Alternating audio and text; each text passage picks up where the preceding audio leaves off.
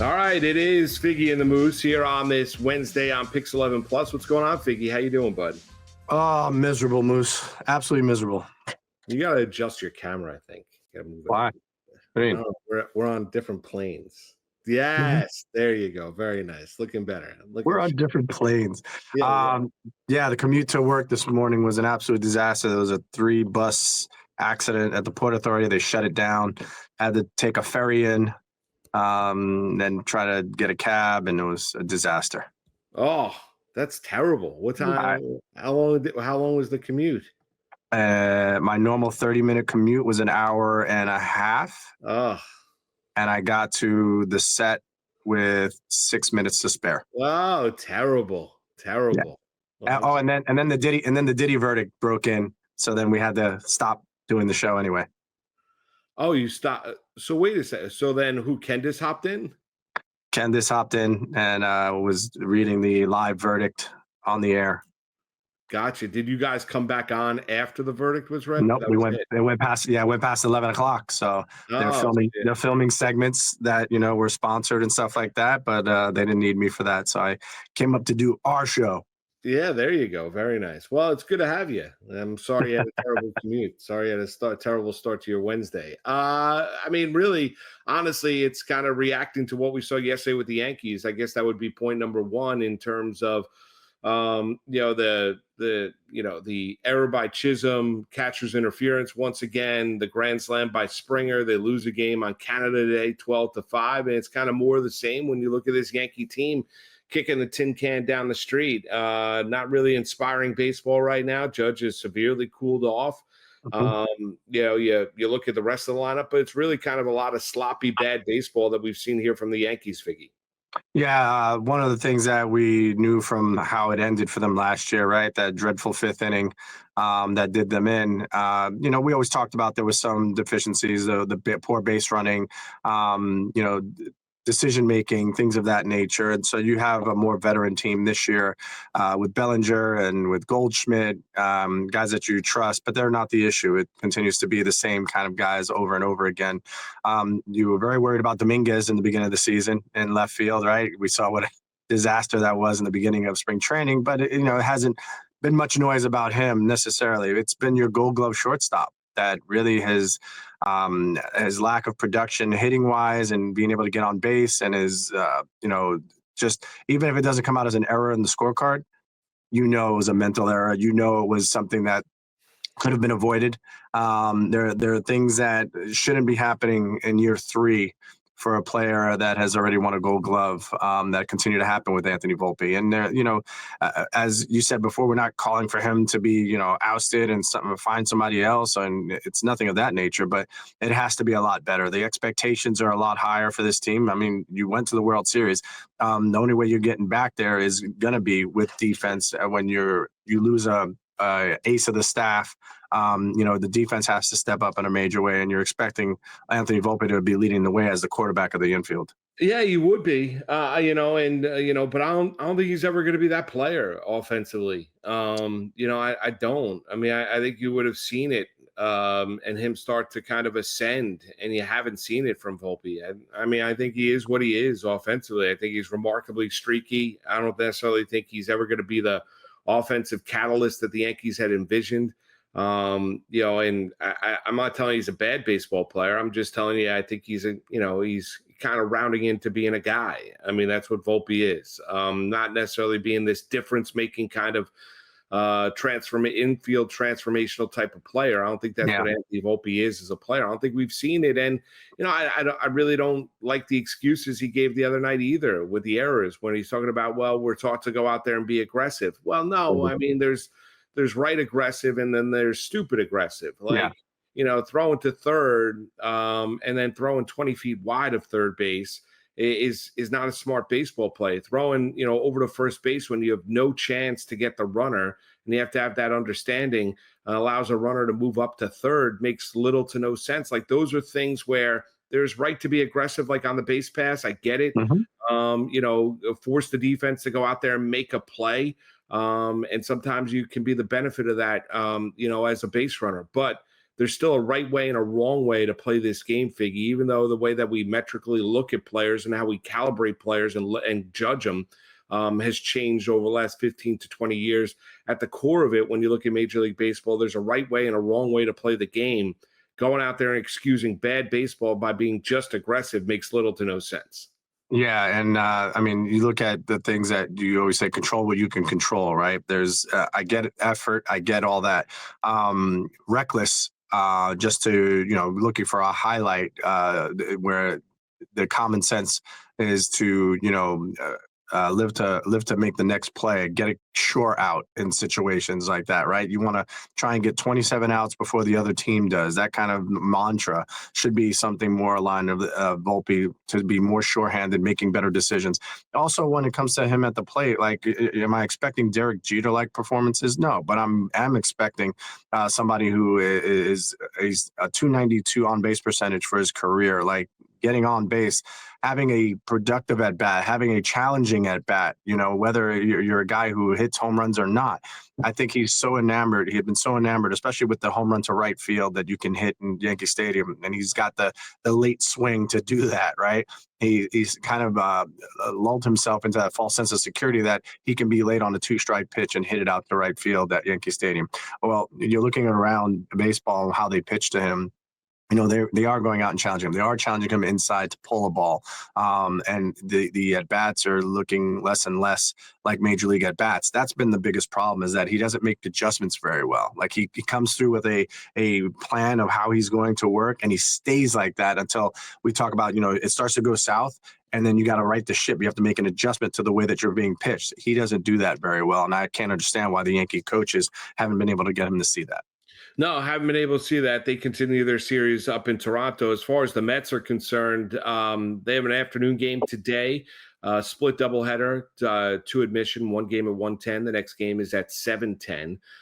So clean up, clear out the ballpark, and get ready for a whole new crowd for the nightcap. And the Mets have now had some time here, Figgy. Really, when you look at, conceivably speaking, when you look at the baseball season, a chasm of time from, Sunday afternoon when they lost that game, and gave up 12 runs and lose at 12-1, getting outscored out in Pittsburgh 30-4. They had, all of Sunday night, Monday night, Tuesday night to get themselves ready for this double dip against the this afternoon with the Milwaukee Brewers in town right before the Yankees over the course of the holiday weekend. Be interesting to see. I think being home helps. And I think probably the time off probably helped this team reset a little bit. It'll be interesting to see what kind of performance you get later on this afternoon, this evening from the Mets. Yeah, team only, players only meeting, in which the idea is to kind of not an airing of grievances, but an airing of reality, an airing of urgency. Like, we've got to pick this up. We can't continue to play baseball this way. Whoever it is on the mound, they don't care about the name on the back of the jersey. Just, give us an opportunity to play some defense by not walking so many guys. We can't defend a walk. That should have been the number one mantra, right, in that meeting. The lineup coming through at the bottom of it, having more balance, whatever that means, however Mendoza has to do that, whether we see a lineup change or not.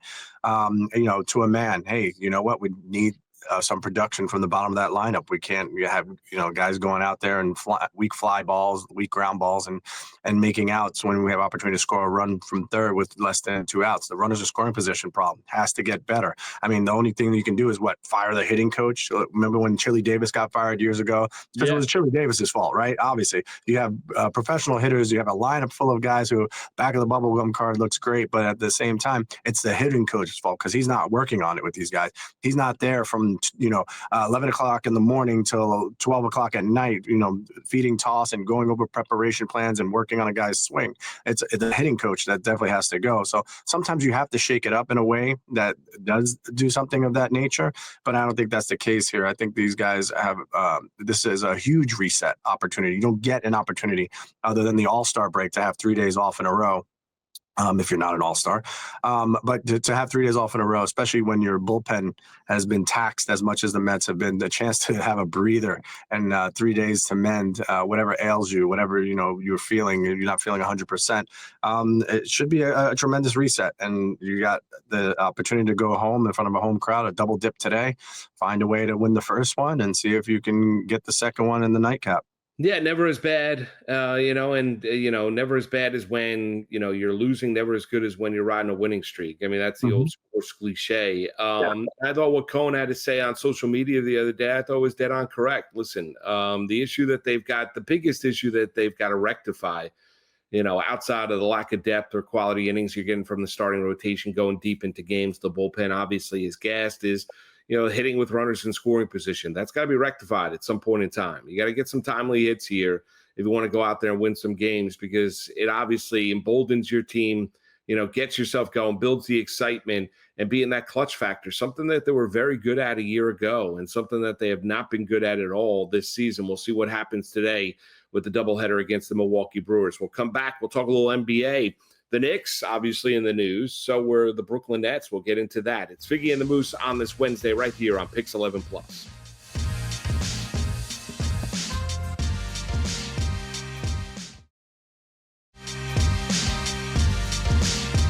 Welcome back. It's Figgie and the Moose right here on Pix 11 Plus. Marc, Malusis, Nelson, Figueroa. Make sure to check us out each and every night, Monday through Friday, 7 p.m. on Sports Nation Nightly. And Figgie, let's start with the Knicks, because it seems like we are, and maybe it happens today, the big announcement. It seems like it appears to be Mike Brown. Hmm. Is the apple of the eye of the New York Knicks. I think his career win percentage is .599. He's won a couple NBA titles as an assistant. Went to the NBA Finals with LeBron. Has been a head coach with Cleveland, been a head coach with the Kings, been a head coach with the Los Angeles Lakers. So it's not like we've not seen. So this is the fourth opportunity for Mike Brown. Does that excite you if you're a Knick fan? Mike Brown taking over for Tom Thibodeau, if that ends up being the hire. The only way it excites you is if you see something drastically different right from the beginning. I don't think there's any way to say that just the name itself is like, oh my God, this is the guy we need. Like that doesn't his name doesn't invoke that kind of feeling in me. And my opinion is, again, it's a wait and see kind of thing. Does he vibe with the team? Does he vibe with the players? We hear all the time he's a players kind of coach, and they talk about how defensive minded he is. We have an offensive minded team. They need to be better on defense. Can that translate right away? We also heard about all the complaints. Like, Mike Brown has to come in here now after they've done the draft, they've done everything else, they've doing the free agents, and then take whatever cards that are dealt to him and figure out how to make it work. Now it's either going to be a well played hand, or it's going to be a house of cards where you're just wondering what's going to fall and when it's going to fall, right? Because you heard some of the rumblings were that Jalen Brunson gets the ball too much, not enough touches going around. You got all the different complaints that were leaked out about their exit meetings, and what kind of coaching staff is going to be there to assist him. Rick Brunson, of course, is going to stay. Outside of Rick Brunson, who are they going to bring in to help this team get to that next level? Because it is a championship or bust kind of definitely season coming up, where you have the East is three teams. Three teams are hurting. You have an opportunity, but other teams are making moves. Atlanta has made a bunch of moves to make themselves better. You got Orlando's made themselves better. So, the Knicks didn't have a lot of cap space to work with. They signed two guys thus far in Clarkson and Yabusele. Let's see, how, if Mike Brown is the coach, how can he put this whole thing together and make it work? Yeah, Clarkson, you mentioned Gershon Yabusele from the Philadelphia 76ers, 2-year, $12 million deal. Clarkson was bought out by the Utah Jazz, and he signs with the Knicks, and he could be instant offense coming off the bench. We talked about that the bench needed improving. Yep. People thought that this group needed a new voice as head coach, and that's why Tibbs was let go. I don't think it necessarily excites you. I mean, it's not one of those moves where you say to yourself without a shadow of a doubt. I'm not telling you Mike Brown can't coach, or, he can maybe be a little bit offensive oriented. And I think he'll have different interactions with the media than Tom Thibodeau did over his time if he ends up being the coach. But I mean, as Ian Bagley from SNY reported that, it's between Mike Brown and James Borrego. I guess, I mean, I don't know. results are going to be results. I mean, that's it. I mean, because as we all know, the focus is now on trying to win an NBA title. You mentioned the Eastern Conference wide open. The Indiana Pacers, Miles Turner leave for the Milwaukee Bucks to try and placate Giannis with a move we saw yesterday. As they, waived and stretched what the $113 million that was left on Dame Lillard's deal. Orlando's improved. Atlanta's improved. We'll see exactly what it looks like down in Philadelphia if Embiid can go out there and stay healthy. No Tatum. The Pacers without now Halliburton, ruptured Achilles, and no Miles Turner. So the Indiana Pacers are going to look distinctly different. Then you got the Cleveland Cavaliers. So you look at the Knicks, whoever it ends up being, if it ends up being Mike Brown, who is impressed in these interview process, the Knicks have waited and waited and waited to see if Jason Kidd could cut himself free from the Dallas Mavericks. It didn't happen. So, they end up getting the guy that, probably the secondary market, not exactly at the top of the market where they were looking to shop, but at the top of the market, Figgy, all those guys had contracts. Yeah, and I think one of the things that, of course, with this head coaching, carousel roulette that you're playing, he's a name that you've heard around. He's gone to the finals. He's won as an assistant. You have all those different things. So he's seen a lot of different things. I mean, you can go back to when Steve Kerr took over the Golden State Warriors. Nobody knew what was going to happen. Nobody knew what kind of a coach he was going to be, or at least you have some kind of background from other players of what kind of coach that Mike Brown is. Now, does that vibe with what's already here? That's always different. And when you talk about the big names, it's not always the big names. We've seen that they've come and gone. D'Antoni was an offensive minded guru who's going to make this Knicks team. It was great. You scored 120 points a game, but you gave up 140. So the running up and down the court didn't necessarily work for the guys that you had on the roster. So hopefully this is more of a marriage of, we know what we have in place. We are going to put some other pieces into it. Now the head coach has to be able to come in and basically find a way to make this stew work, right? All the ingredients are there. Let's see how well you can put this meal together and remain off the chopping block. Because if, in fact, it's he's going to probably get, I would think, at least a 5-year deal. 3 to 5 year deal, right? To come in and be the head coach, you would imagine. And I mean, if it doesn't happen in the next 2 years, if they take a step back, like there's always trepidation, but there's always, I think if between those two guys that we heard, Mike Brown is the better choice. Yeah, I would agree with that. And I think if it's a lesser year kind of a deal, it shows you the lack of confidence that the Knicks have in their hire, right? So I think in the size of the contract, the length of the contract should show you confidence that they have hired the right guy that they believe can help the New York Knicks go out there and win an NBA championship. And the Knicks have improved their bench. As far as the Brooklyn Nets are concerned, yesterday they unveiled their 5 first-round draft choices, and it was not really the time or the place when I was out there to ask, why draft 4 guards with the young men whose dreams have come true, sitting out there on the dais at the Nets practice facility in beautiful. Still a good question. Yeah, still a good question, but that there's a time and a place for everything, right? So, but Brooklyn, I think it understands where they're at, Figgy, and we'll see if they're able to hit on, I would say, if 3 of those guys end up being big-time players for the Brooklyn Nets. They had themselves a wonderful night last Wednesday night, a week ago. Oh, no doubt. I think that's exactly what you're looking for, is that 3 of those guys become productive members of the Brooklyn Nets organization and have the ability to, because listen, it's wide open. There's no one superstar that's going to have the ball in his hands all the time. It's wide open that this team can, find a way to grow together, learn together, grow together, and maybe, figure it out together. We saw the Brooklyn Nets last year. They offensively, they could hang with a bunch of teams that was on the defensive side of the ball, that they were really a liability. And it was kind of that same thing where we'd see them scoring, 114 points a game, but, giving up 120 and alas, another loss and another loss. So unprecedented territory, 5 first-round picks being actually selected, not being traded to garner some, at least, guys that you do know and you know how to pronounce their names. Like there's some mystery involved in that. But I think you got to speak with Fernandez. They're excited about the bunch. They're excited about the group. They believe that each one of them brings a different skill set to the position, even though it was 4 guards, like you said. But, you have some athletic freaks. You have some guys who are great ball handlers. You have some guys that, they can't shoot nearly as well. But I do think, when you're going young and they tried it the other way with going with the big 3 that everybody was going with, that model, and that didn't work. It led you to this point where you're going to try and go the other way with, under control for a long time, these 5 players. And you, as you said, you hope that 3 of them pan out to be really good players. And the other 2, if they're coming off the bench, then so be it. Yeah, so that's the Nets. That's the Knicks. You got the Mets with a double dip today. Yankees continuing their series up in Toronto, and it's a July 4th holiday week. So we're going to have a special edition of Figgie the Moose on the 4th of July, where we're going to honor our nation's birthday. And I love it. Yeah, I love it.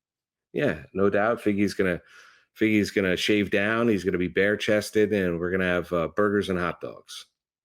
What? Is that right? In which order are we doing these things? I don't know. By the way, did you see the story out in Chicago? Highland Park, Michael Jordan's former mansion. Did you see how much it costs if you want to? It's on air. It's available. They've been trying to sell the house for years. They can't sell it. It's like a monstrosity. It's 7 bedrooms, 17 and a half bathrooms. It's got like the meeting room where you used to meet with the teammates, the basketball court. It's like a ginormous place. They've been trying to sell it for years. Right. You know what it costs to rent it? Mind you, it's going to rent it in Highland Park, Illinois. It's not exactly like beach, but what do you think it costs to rent for a week? No idea. What do you got? How much? $105,000 for a week. For a week. So, like as an Airbnb, you can rent it for a week for $105,000. Yeah, right. Correct. It's anywhere from $15,000 to $17,000 a night. Oh, so here's the cool part.